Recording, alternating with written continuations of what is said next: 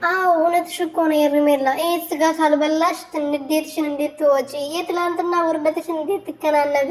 እንግዲህ ስጋ መብላት አለብሽ ግዴታ፣ የምጠግን መብላት አለብሽ። እንግዲህ እንደምታዩት ይኸው ካሁኗን አፏን ከፍታ ቁጭ ማለት ጀምራለች። እንግዲህ በሀሳብ ታውጣለች ማለት ነው እና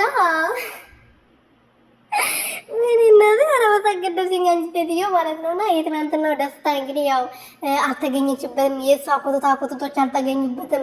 የሩትዬ ወዳጆች ብቻ ነው የተገኙትና እንዴት ደስ እንደሚል ትናንትና ቪዲዮና ዛሬ ደግሞ ያው ሄርሜላ የምትባለው ሪዞርት ዝዋይ ሆቴል ከዚህ በፊት ማስታወቂያ ሰርቶ ነበር ከአብርሃም ጋር እና እዛ ተገኝታ እንግዲህ ስጋውን እየበላች እንደዚህ ፊዚክስ ትክስ ብላ ፈዛለች፣ ሰክራለች፣ ጠጥታለች ነው ምላችሁ እንደዚህ ድብን ብላለች። እንግዲህ የሰው ወርቅ ያደምቅ ነው የሚባለው እና አንድ ቀን ወደ ሩትዬ እንደሚመለስ አብርሽ እንግዲህ አሁን ደህና ነው። ምን ሆኖ ነው ትሉ ይሁን ድኖ ወደ አዲስ አበባ ተመልሰዋል ብሏል። ትላንትና ያየነው ነገር ደግሞ አመስግኖ ሰውዬንም አመስግኖ ስጦታውን ተቀብሏል እና ዛሬ ደግሞ በምን እንደሚለው እንደሚመጡና ከሄርሜላ ጋር መቼም ከዚህ በኋላ እንደዛ ይሆናሉ፣ እንደበፊቱ ይሆናሉ። ደንዝዟል፣ ቀርዝዟል እንደማይሉን ተስፋ እናደርጋለን።